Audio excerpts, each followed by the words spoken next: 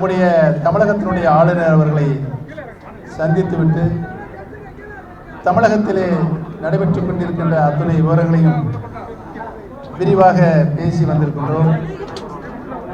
உறுதியாக நல்லது நடக்கும். தர்மம் தன் வாழ்வதை சூதுக்கவும் மீண்டும் உறுதியாக தர்மமே வெல்லும் சொல்லி அனைவருக்கும் நன்றி, வணக்கம்.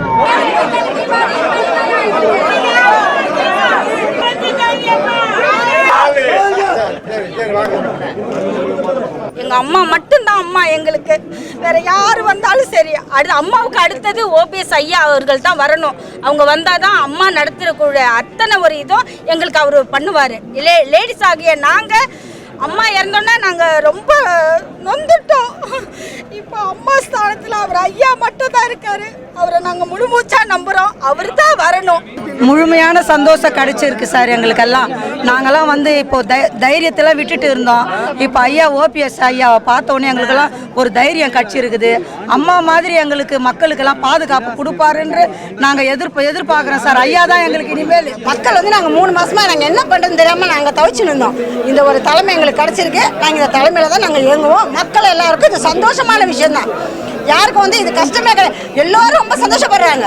ஓ, நம்மளுக்கு ஒரு ஆதரவு கிடைச்சிருச்சுன்ற மாதிரி யார்கிட்ட போய் நாங்கள் சொல்லுவோம்னு நாங்கள்லாம் வேதனைப்பட்டிருந்தோம். மகளிர்லாம் எங்கே போகிறது, என்ன பண்ணுறது, என்ன செய்யறதுன்னு தெரியாமல் இருந்தோம். ஆனால் இன்னைக்கு வந்து எங்களுக்கு ஒரு தலைமை கிடைச்சிருக்கு. அவர் தான் எங்களுக்கு முதலமைச்சராக வரணும். மீண்டும் இந்த முதல்வராக வந்து சேரணும். என்னை எப்படி குறிப்பிட்ட நாளில் ஐயா வரணும், அவங்களே வரலாம். நாங்கள் போராட்டம் தொடருவோம். சசிகலாவை ஏற்றுக்கவே மாட்டோம். பெட்டிக்காக விலை போனவர்கள் இல்லை நாங்கள். உண்மையான தொண்டர்கள். பெட்டிக்காக, பாக்ஸுக்காக, அவங்க கொடுக்குற சைபர் கோடிகளுக்காக இல்லை. இது உண்மையான தொண்டன். ஓபிஎஸ்ஐ மட்டுமே ஏற்றுக்குவோம். தீபா பொதுச் செயலாளர் ஆகணும். தீபா அம்மா பொதுச் செயலாளர் ஆகணும். ஓபிஎஸ் ஐயா பிரைம் மினிஸ்டர் இருக்கணும். சிஎம்ஆ இருக்கணும். சிஎம்ஆ இருக்கணும். இவங்கள தான் நாங்கள். சசிகலா யாருன்னே தெரியாதுங்க.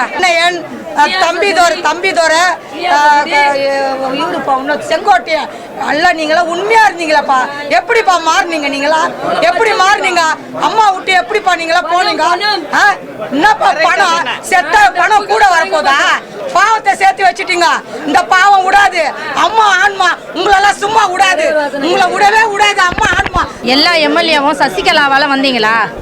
கிடையாது.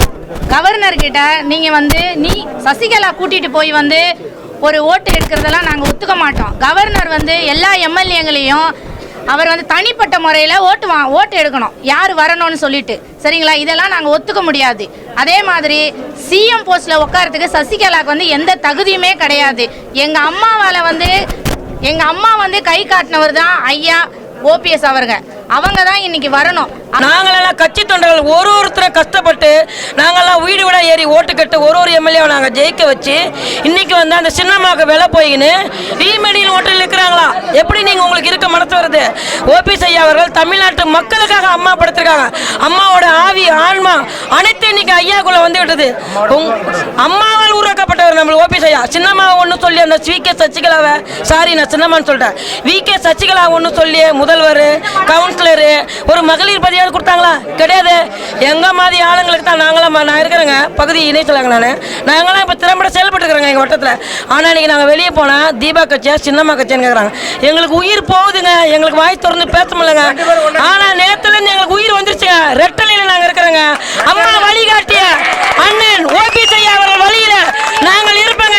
தமிழ்நாட்டில் இருக்கும் சாதாரண அடிமட்ட தொண்டன் மட்டுமல்லாமல் பொதுமக்கள் என்ன ஏங்கிக் கொண்டிருந்தார்களோ அதை அனைத்தையும் அவர் சொல்லிவிட்டார். எது முதலில் அது கொலையா இல்லையா, என்ன நடந்தது என்ற ஒரு விசாரணை கமிஷன், ஜல்லிக்கட்டுக்கு ஒரு விசாரணை கமிஷன், தமிழகமே அவருக்கு தலை வணங்கி நிற்கிறது.